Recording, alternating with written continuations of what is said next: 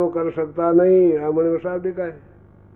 और भजन कर सकता नहीं तो यहाँ पर मेरे पास रहने वाले इन असुरों का कल्याण कैसे होगा? भक्ति किए बिना कल्याण होगा नहीं।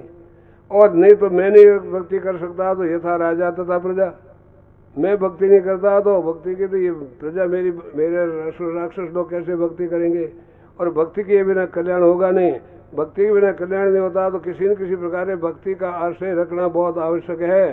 तो ऐसा करो, अब जो राम जी की पत्नी है ना, भक्ति सीता है, भक्ति रूपा है, उसी को उठा ले आओ। भक्ति यहाँ पर रहेगी तो राम जी को आना पड़ेगा, भक्ति यहाँ रहेगी तो भगवान को आना ही पड़ेगा।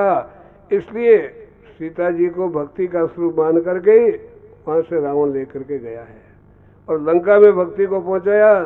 तो राम जी को लंका जैसी नगरी में असुरों के बीच में, राक्षसों के बीच में भी भगवान को वहां पर जाना पड़ा। भक्ति थी वहां पर मौजूद। इसलिए तो वही भक्ति यदि हमारे हृदय में प्रकट हो जाएगी गुरु महाराज की कृपा से, तो फिर परमात्मा के प्राप्ति में क्या संदेह रहेगा?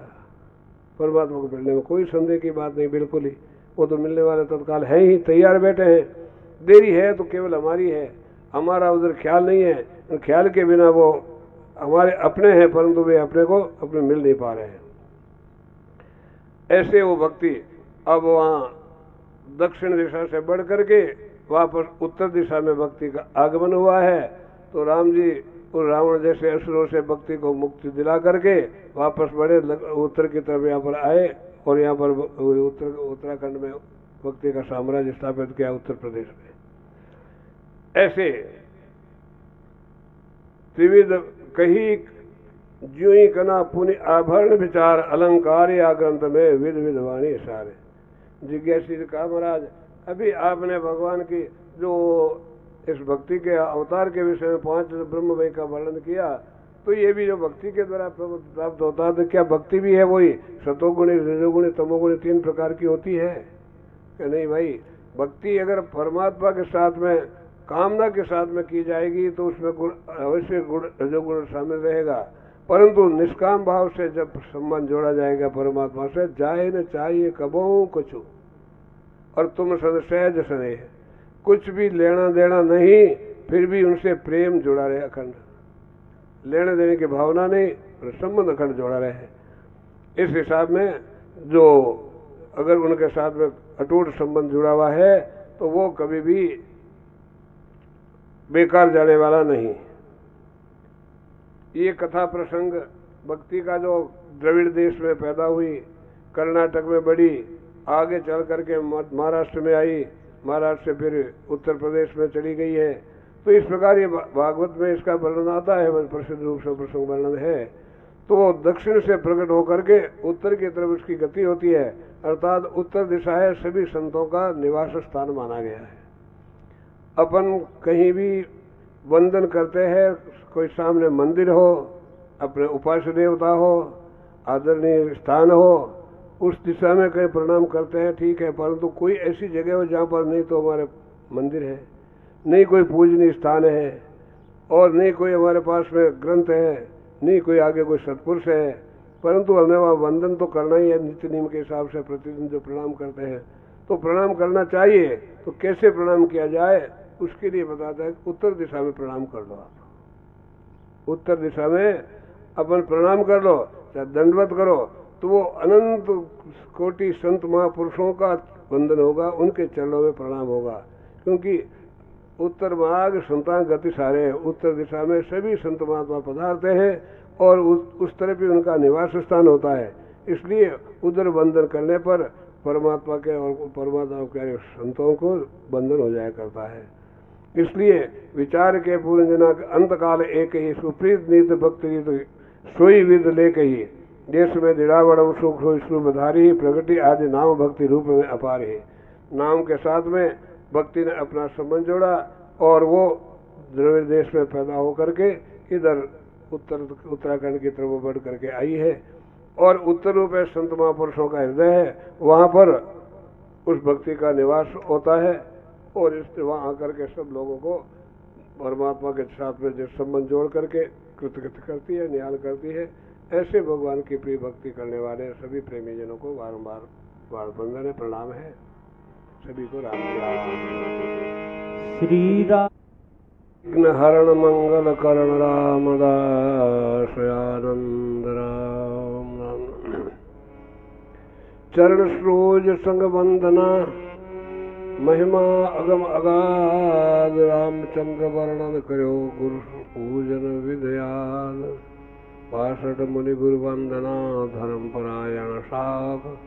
तृतीय सुदक्षिण भक्त को क्रोड़ से विलाप। गुरु सेवन बहु परंपरा प्रापत जिका मोक्ष इदकारा। तेरी विधि सेवन करे जो कोई भिन्न भिन्न कहूँ प्रभाव सकोई। नेमी चंद्रमा जल पर संगा भवन सेव गुरु परम अभंगा। एक चक्रापुर में अवधूता वाणी कठिन कहे अद्भुता।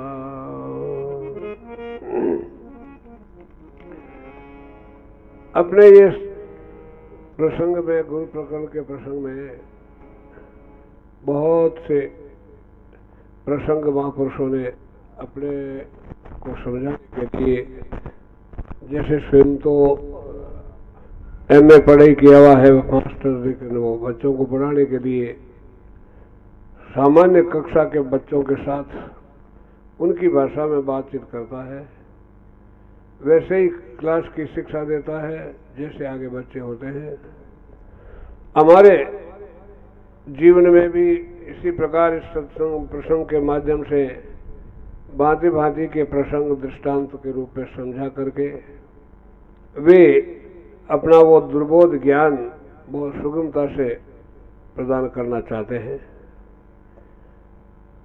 अब के प्रसंग में इस समय एक नेमीचंद सेठ की कथा का वर्णन लिखा महाराज,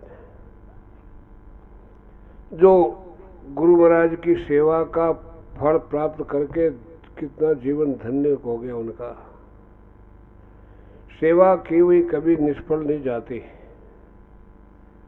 सेवा कैसे भी करो, कहीं भी करो, किसी रूप में करो, करे सेवा पावे मेवा, जो ऐसी अपनी लोकोक्ति है। लेकिन सेवा केवल अपनी शोभा के लिए नहीं, परंतु सेवा के लिए सेवा करनी चाहिए।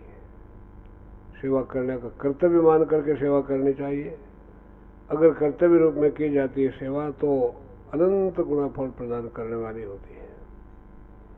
गुरु सेवा बहुत लाभ प्रदान करने वाली हुई इस नेमीचंद सेठ के लिए। 3 प्रकार की जो सेवा होती है, तन से, मन से और वचन से। कोई भी जो सेवा अपना सकता है वो सेवा अपनावे और सेवा के द्वारा अपना जीवन धन्य बनावे।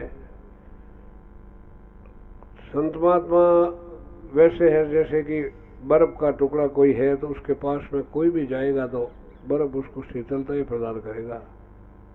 तो संत महात्मा सदा संपूर्ण प्राणियों को जो संसार में जलते रहते हैं उनको शांति प्रदान करने के लिए परमात्मा के द्वारा भेजे हुए अपने ही पार्षद हैं। वो एक प्रभाव उनका बताना चाहते हैं कि एक चक्रा नगरी में एक नेमीचंद नामक सेठ जी रहते थे। भवन सेव गुरु परम अभंगा। वे संतों की सेवा भावना रखते थे, संतों में उनकी निष्ठा थी और प्राय करके संतों को अपने घर पर बुला करके उनकी सेवा चाकरी किया करते थे। नियम था, और नियम भी श्रद्धा भक्ति भाव के साथ में, केवल दिखावटी नहीं। वहां एक चक्रा नगरी में तो है सेठ जी का निवास, और नगरी से कुछ दूरी पर एक महात्मा जी झोपड़ी में रहा करते थे अपनी कुटिया में। अवधूत महात्मा बड़ी मस्ती में रहने वाले, और कभी कभार ही गांव में भिक्षा के लिए जाते। अगर भिक्षा ज्यादा होती तो उसे रख देते, कई दिनों तक जितने तक काम आते उसी भिक्षा काम लेते, दोबारा जाते नहीं। जब कुछ भी खाना के लिए नहीं होता, ज्यादा भूख लगती तो कभी भिक्षा लेके भी आ जाते।